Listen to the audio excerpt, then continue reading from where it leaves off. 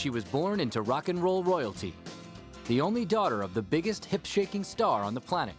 But for Lisa Marie Presley, filling her father's blue suede shoes would lead to a lifetime of questionable choices with money and men. I know his struggles, you know, a lot of people know what those were. I just had the same struggles. It's one thing to grow up wealthy, but to protect a family fortune like Lisa Marie Presley inherited at the age of 25, well, that's another thing altogether. And those choices would threaten to cost the king's daughter a king's ransom. Being the heiress of $150 million, you'd always have to wonder what people really wanted from you. Were they with you because they liked you, or did they truly just want your money? On this episode of Fortune Fights, husband and wife attorneys and media experts Danielle and Andy Mayoras explore how Lisa Marie Presley saw her father's fortune rise and fall, and her own along with it.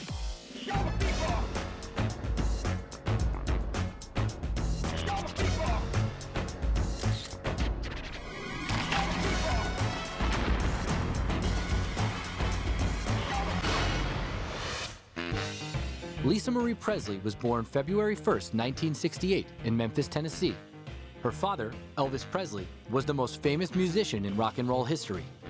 Attorneys and authors Danielle and Andy Mayoras walk us through the messy legal battles and the fights that ensued over the family's massive fortune. Over the course of his career, Elvis Presley earned more than $100 million. That would be worth $400 million today. He would have earned even more money, except his legendary manager, Colonel Tom Parker, kept a significant chunk for himself. Still, the king's success stretched from jukeboxes 80 of Elvis' songs reached the top 40, the most of any artist in history, to movie marquees. Elvis made over 30 films, including Jailhouse Rock, King Creole, and Viva Las Vegas. He was becoming a big-time matinee idol. Elvis and his wife Priscilla raised their princess in the lap of luxury. They were American royalty, and Graceland was their kingdom. From the day she was born, Lisa Marie Presley had the run of the castle. Growing up, Lisa Marie didn't have a silver spoon in her mouth. She had the golden ticket. Anything she wanted was hers. She had a pony, free reign of the compound, a golf cart to drive her around, and people to cater to her every whim. In fact, her father used to rent out Libertyland for her, which was a local theme park, so she and her friends could go play in it, along with him, of course, because he was a big kid at heart. But big kids have big appetites, and those appetites cost money.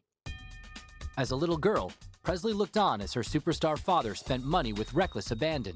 She didn't know it at the time, but she was learning life lessons from her father. Unfortunately, they weren't always the right lessons. Elvis was very generous to those around him. He even ended up buying some of his employees Cadillacs, and he had a lot of employees and staff, bodyguards, drivers, hairdressers, and they were all very well compensated. Lisa Marie didn't always treat the staff as lovingly. One of the cooks just recently told me, she said, you came in the kitchen one day and you said, she made a chocolate cake, and she said, and I wanted to eat it. She said, you can't right now. Your father said, no, you're gonna have dinner. And I said, you're fired, get out, this is my house. While Lisa Marie was learning to be queen of the castle, Elvis simply wanted to be loved, and there was no shortage of women willing to give him what he wanted. Just think of what it must have been like for Priscilla. Here's this beautiful woman and the mother of Elvis's only daughter, who has to know that her husband is the most desired man in the country. Elvis's infidelities took their toll on the Presleys' marriage. In 1972, at the age of 4, Lisa Marie Presley found out that her world was about to change in a big way. After a 6-year marriage, Elvis and Priscilla split up. She got $100,000 along with a Mercedes, Cadillac, and a Harley Davidson. For most people, the amount of money at that point in time would have been a huge amount. But you really have to keep in mind what a big star Elvis was. Priscilla did. So she hired new attorneys and renegotiated the agreement. The new deal netted Priscilla Presley $725,000. That's not a bad payout after a 6-year marriage, especially when you consider those dollars would be worth about $4 million in today's money.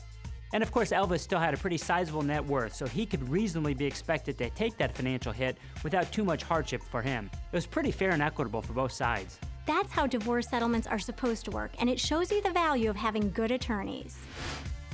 Elvis and Priscilla Presley agreed to share custody of daughter Lisa Marie. When she wasn't with her father at Graceland, she lived with her mother in a modest home in Los Angeles. It was just a dichotomy, you know, going from that to a very regimented, scheduled, normal life with an apartment with my mom, two-bedroom apartment. You know, it was back and forth. Her mother was much more strict with her, but her dad could still spoil her from afar. I don't think that I looked at it as being spoiled. I think that I looked at it as my father loved me and didn't get to spend a lot of time with me, and when he did, he wanted to go out of his way to do whatever he needed to do to make me, you know, seemingly happy. What Elvis was willing to do to make Lisa Marie happy was limitless. There's a well-known story that she once complained on the phone to her dad that she had never seen snow. So Elvis was like, I got this, honey. So he picked her up in his private jet, flew her all the way to Idaho just so she could play in the snow for 20 minutes before flying her back home. Reportedly, that 20-minute romp cost more than 30 grand, which would be almost $137,000 today.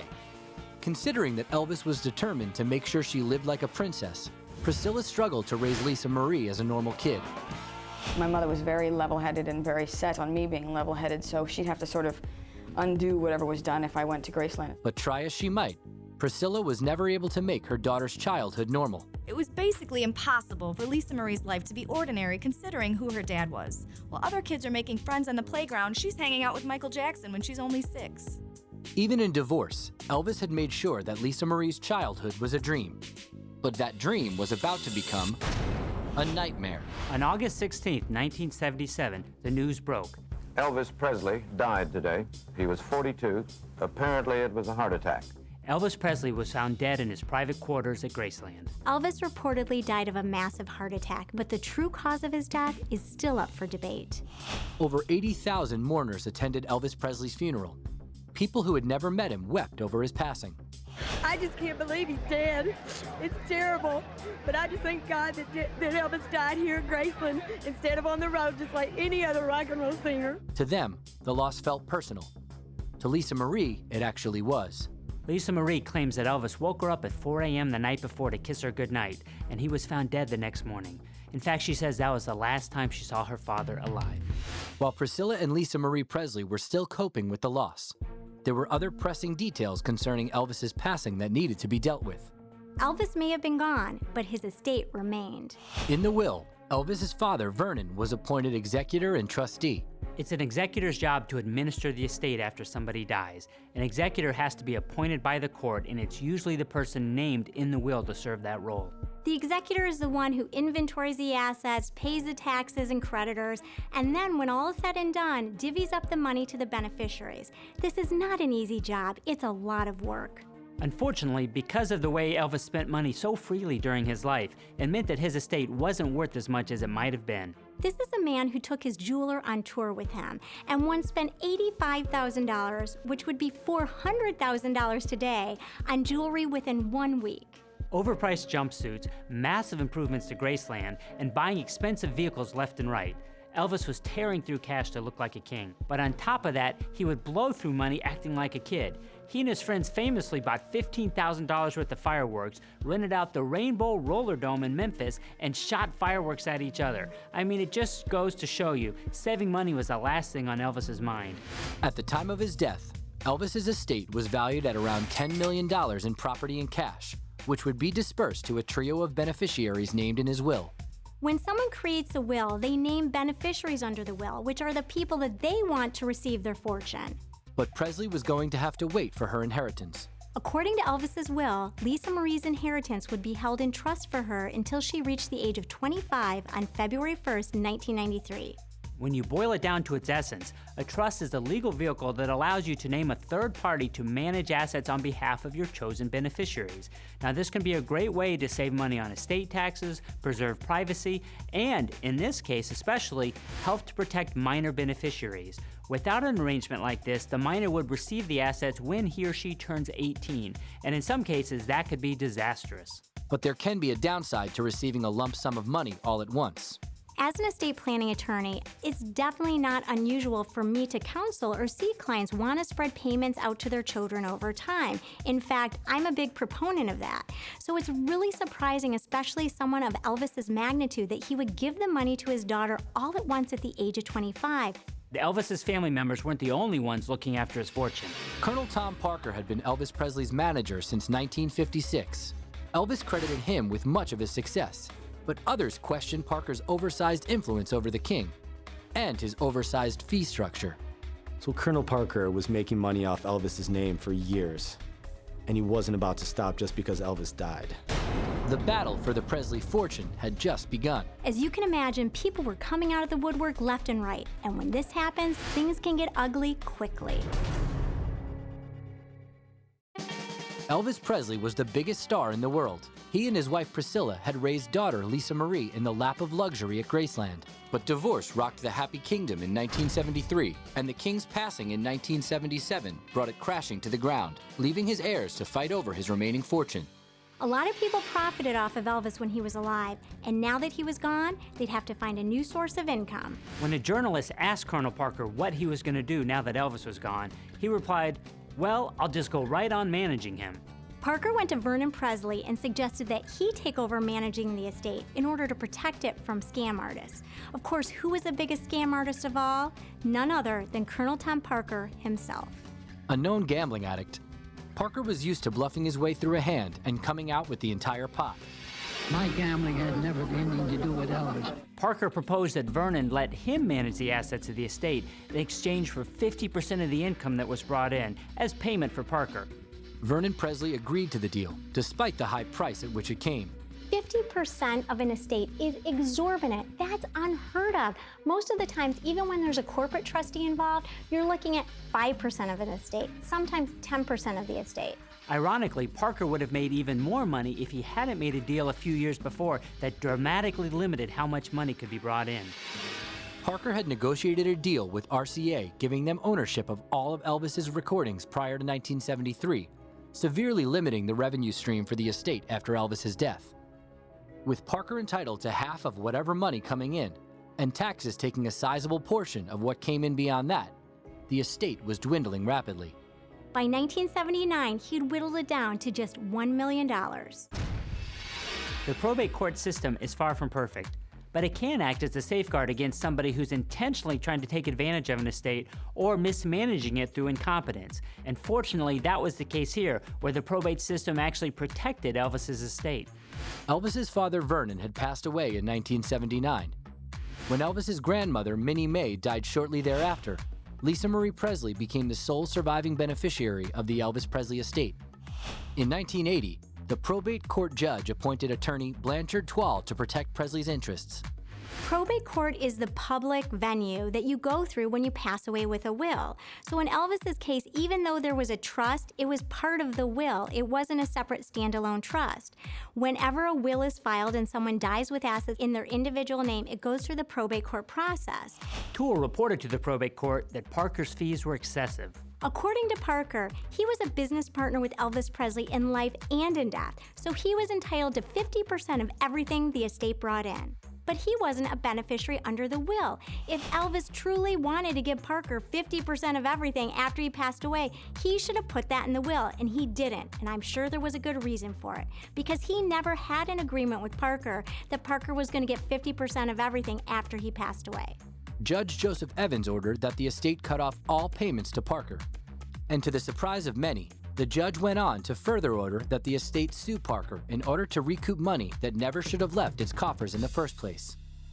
It's extremely unusual for a judge to actually order someone to sue another individual. He must have thought that this was really, really out of the ordinary. At the court's direction, estate lawyers filed suit against Parker to recover money that had been paid to him.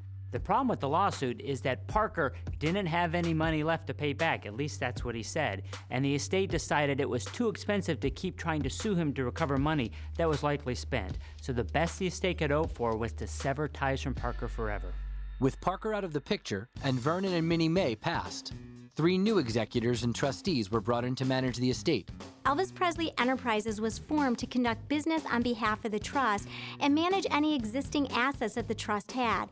And the sole beneficiary of all this was Lisa Marie Presley. And since Lisa Marie was still a minor, her mom Priscilla looked after her interests. With this new team in place, they quickly assessed what was going on with the estate. It was not pretty. Though music and movie royalties and merchandising were generating income for the estate, those revenue streams were declining while expenses were increasing. Graceland cost over $500,000 a year in maintenance, taxes, and 24-hour security at Elvis's gravesite. Realizing that the estate was at risk of collapsing under its own financial weight, the team made a surprising move to resurrect the Elvis brand.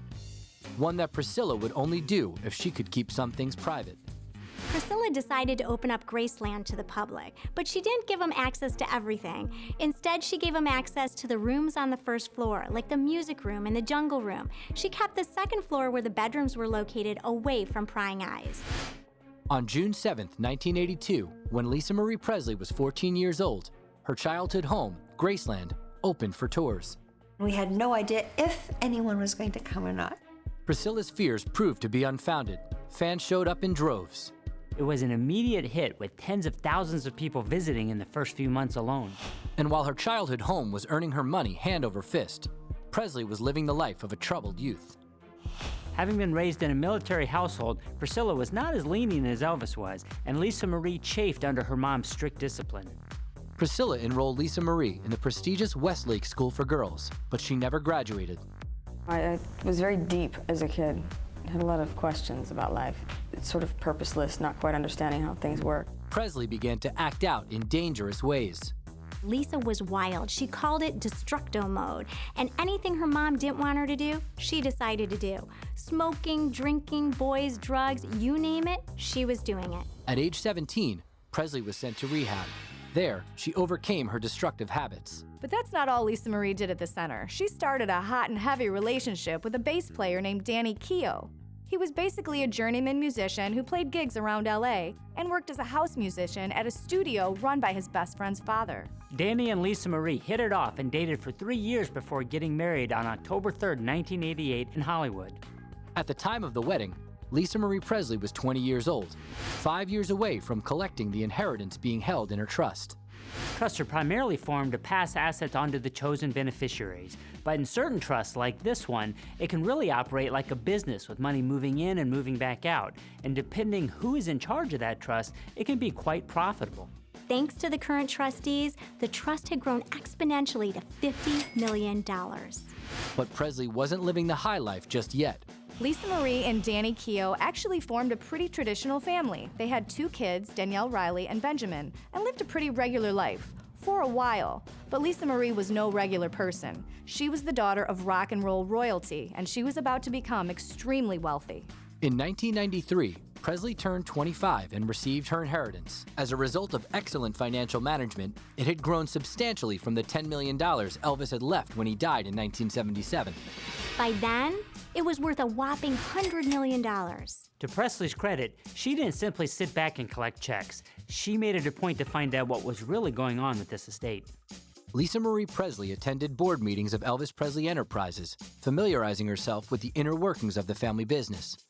This was a lot of money for a 25-year-old to handle, so Lisa Marie made an extremely mature, responsible decision, and she opted to leave the money in the trust, even though she could have taken it all at that point in time. She also decided to hire a money manager, Barry Siegel, and his company, Provident Financial Management, to handle her finances. Siegel would go on to implement an aggressive business strategy for the estate. The biggest deal he would strike was a lucrative 2005 agreement with CKX Incorporated that would yield Presley $50 million in cash and $26 million in stocks in exchange for an 85% interest in Elvis Presley Enterprises. With Siegel at the helm of her finances, Lisa Marie was free to spend her time chasing other pursuits. Presley was becoming more and more interested in her father's first love, music. It was a bond she shared with Keough. But Presley had a bond with another man, someone she had known since she was a kid.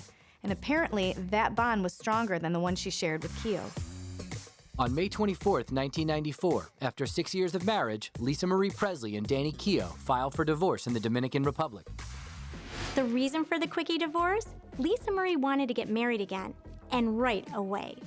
Lisa Marie Presley's new suitor was a musician too, one who was arguably as famous as her father. On May 26, just 2 days after her divorce from Keough was finalized, Lisa Marie got remarried to the king of pop, Michael Jackson.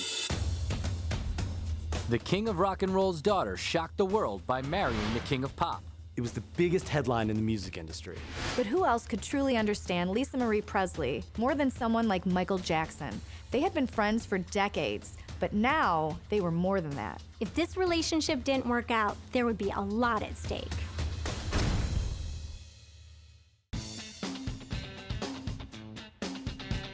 In the spring of 1994, music fans all over the world were shocked by the news that Lisa Marie Presley and Michael Jackson had tied the knot. What they didn't realize is that the couple had known each other since a 6-year-old Presley met 16-year-old Michael at a show in Las Vegas.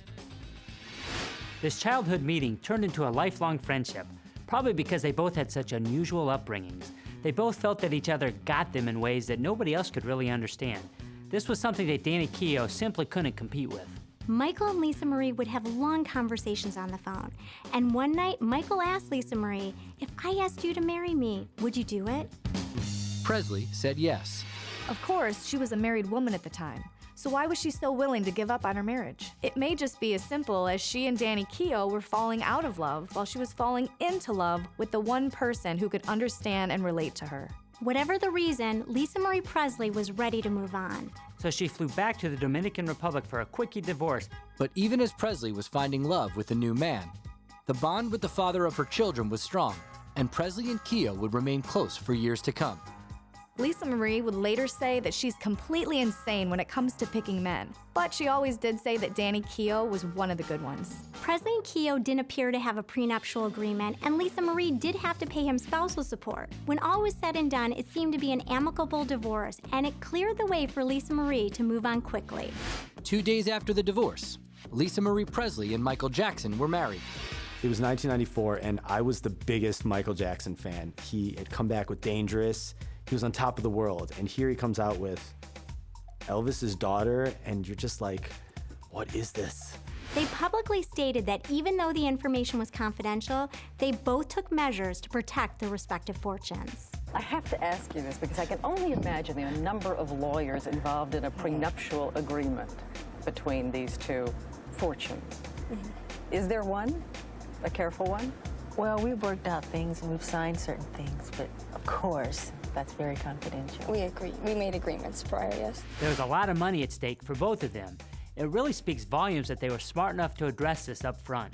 This may have been Jackson's doing. After all, this may have been the first relationship Lisa Marie was in when she was with someone who had just as much to protect and lose as she did. Though news of the nuptials among musical royalty had already begun to spread, there were rumors that the relationship was a sham.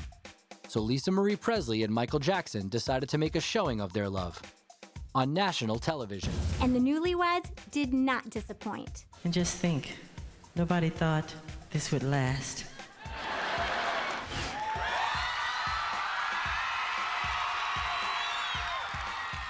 This was the blending of two important eras in popular music, bridging the days from the early rock and roll of Elvis to the height of pop music with Michael Jackson. They were both kings, and Lisa Marie Presley, she was the princess in the middle. The newlyweds looked happy for the cameras, but as their marriage went on, storm clouds began to brew.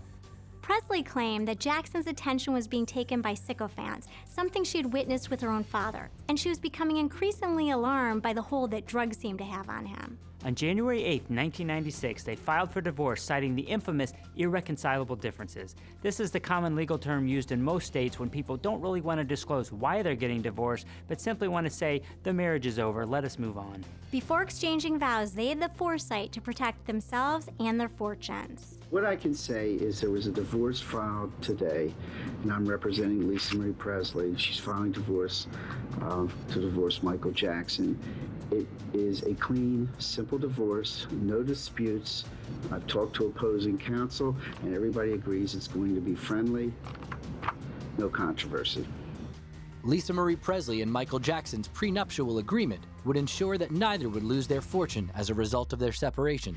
Because they didn't have to fight over money through the divorce, it meant that there were no ugly personal details that could come out in court. They were free to go their separate ways. Jackson had his fortune, and Presley had hers.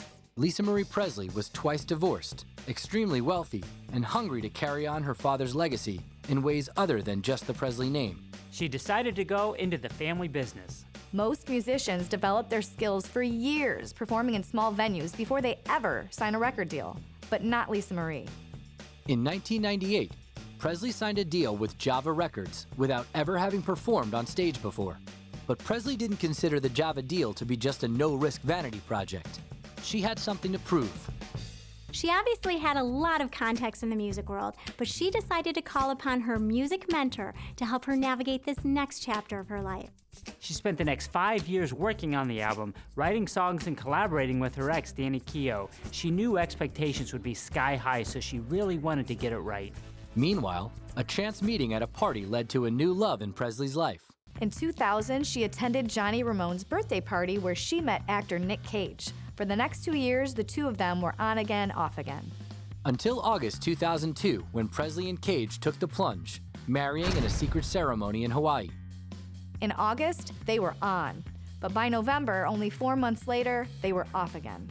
Cage served Presley with divorce papers in late 2002. Presley released a statement saying that they shouldn't have been married in the first place. Cage, on the other hand, simply said, "I did not comment on the marriage. I will not comment on the divorce." He clearly wanted to keep things private. In fact, it never even came out publicly whether they had a prenup or not. You'd think that Lisa Marie would have wanted one from her past experience and how well it worked for her, but of course, given the fact their marriage was only about 3 months long, they may have gotten through the divorce without even needing a prenup. One thing that we do know is throughout her short-lived marriage with Nicolas Cage, she was working on her debut album. To Whom It May Concern was released on April 8, 2003. When I first heard Lisa Marie Presley's debut album, I was quite impressed. You could tell that she was channeling her father, but in a new pop rock kind of way, and I thought it was actually excellent. To Whom It May Concern went on to reach number 5 on the Billboard charts and was certified gold in 2003. Now, for most people, this would have been huge, but Lisa Marie Presley wasn't just most people. I mean, she was the daughter of one of the most famous rock and roll icons of all time. The pressure had to be enormous. Presley went back to the recording booth quickly, following up her debut album with a second, 2005's Now What. Now What was only on the charts for about 7 weeks, but it did chart to number 9, which is no small feat. With her music career blossoming and the Elvis Presley estate running like a finely tuned machine with her financial manager Barry Siegel at the helm, Lisa Marie Presley once again found herself in love. Like most guys in her life, Michael Lockwood was a musician. Lockwood was essentially a hired hand. He started working for Presley as a musical director in 2004, making $3,500 a week. But while they were on the road, a relationship blossomed. But Lockwood was a little hesitant to commit at first. He had been through some bad relationships before meeting Lisa Marie. In fact, he reportedly told her he didn't believe in love. And Lisa Marie told him, quote, "That was bull." On January 22, 2006, less than 3 years after marrying Nicolas Cage and 2 years since divorcing him, Lisa Marie Presley married Michael Lockwood in Kyoto, Japan. It was truly a family affair, with Priscilla giving Lisa Marie away, Lisa Marie's children, Riley and Benjamin, in the wedding party, and ex-husband Danny Keough serving as the best man. It was a dream wedding involving everyone and everything that was important to Presley. What it didn't involve, unfortunately, was a prenuptial agreement. Unconcerned with legal protections, the newly married couple wasted no time before mixing business and pleasure. Presley and Lockwood had twin girls, and they lived quite a life for the next decade. They had a $5 million home in California, a $7 million estate in England, and a 4-bedroom vacation home in Hawaii. But the sweet music of marital bliss wasn't destined to last. The union would be threatened by actions from both Presley and Lockwood. Presley's old destructo ways returned, and in 2006, at the age of 48, she began to struggle again with drug addiction. She went to rehab at least 5 times, including several places in Mexico and once at the Hills Treatment Center in LA, a luxury rehab in the Hollywood Hills.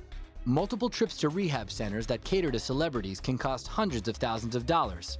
The financial toll would be made worse when Presley discovered that Lockwood had been racking up massive debts on her credit cards. After confronting him about it, it became clear the marriage was on the rocks. In June of 2016, Presley filed for divorce from Lockwood, citing irreconcilable differences. Attempts to keep the proceedings cordial would not last long. Many times, divorcing couples can keep their dirty laundry private. This was not one of those times. They were about to go on the attack. There are usually only 2 things that lead to that change: fighting over children and, of course, money. The gloves were about to come off. In 2016, after 10 years of marriage, Lisa Marie Presley filed for divorce from husband Michael Lockwood. Legal analysts and attorneys Danielle and Andy Mayoras explore the impending divorce of rock royalty's richest heiress. and her ex's attempt to get a piece of her millions. Presley claimed that Lockwood took advantage of her financially, but that was the least of the charges she alleged. She also accused Lockwood of having inappropriate photos of children on his computer, a charge he immediately refuted. Presley asked for full custody of the children, giving him only monitored visitation. Considering her personal wealth, she decided not to ask for spousal or child support. Given the income disparity, it would be unusual for her to have gotten spousal support anyways, but everybody is generally entitled to child support if they're the parent with custody. The salacious claims against Lockwood were investigated, but no evidence supporting them was found, so no charges were filed. But the heated divorce proceedings were just getting started, and money quickly became the major issue. In February of 2017, Presley filed court papers accusing Lockwood of spending more than $1 million on credit cards that she didn't authorize.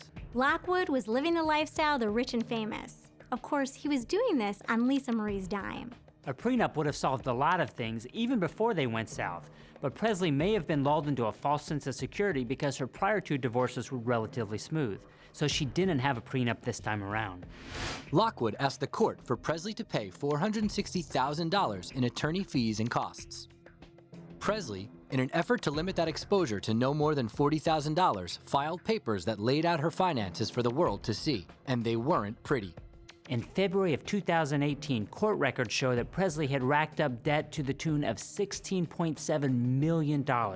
This included back taxes, a mortgage default, and credit card bills. Lisa Marie Presley was worth $150 million when she got married. So what happened to all that money? When Presley and Lockwood were married, they spent money freely on things like international vacations, $20,000 shopping sprees, and multiple homes. Lockwood filed papers in court publicly laying all of this out.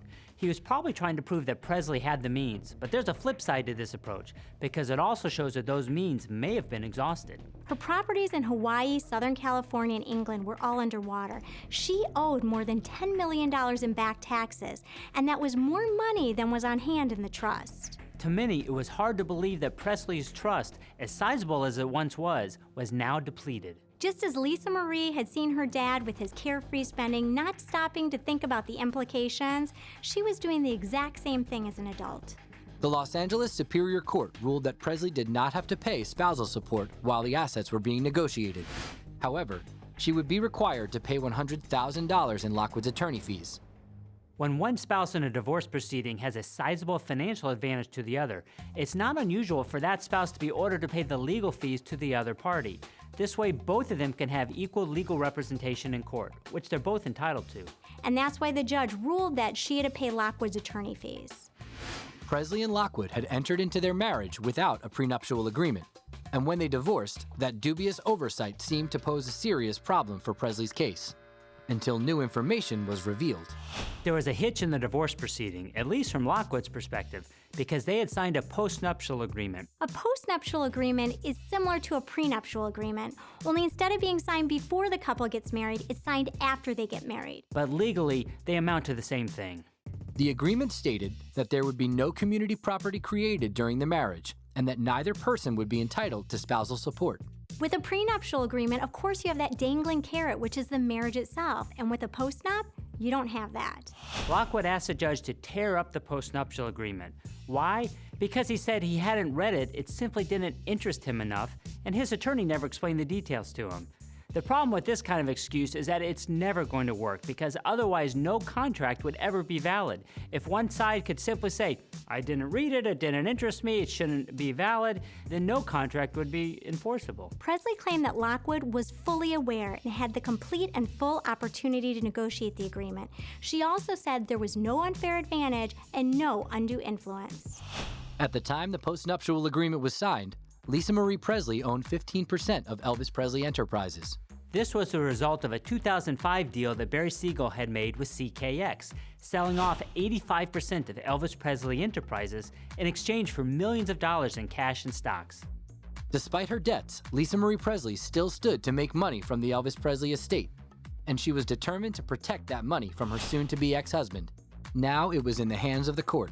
An LA Superior Court judge ruled that the postnuptial agreement signed on November 28, 2007 was valid and fully enforceable. Not being interested enough to read a legal document doesn't render it unenforceable. If you bother to sign something without reading it, shame on you. Never rely on that as an excuse to try and get yourself out of that document. Courts aren't going to go for it. Thanks to a postnuptial agreement, Presley had protected her fortune. But how much was left to be had was another question altogether. She had a whopping $150 million at the peak of her wealth, but now it was substantially less. The battle for the king's fortune had been a constant in Lisa Marie Presley's life since she was a child. And in adulthood, she wasn't about to settle for it simply being gone. She looked to the person that she thought was keeping an eye on things, her money manager.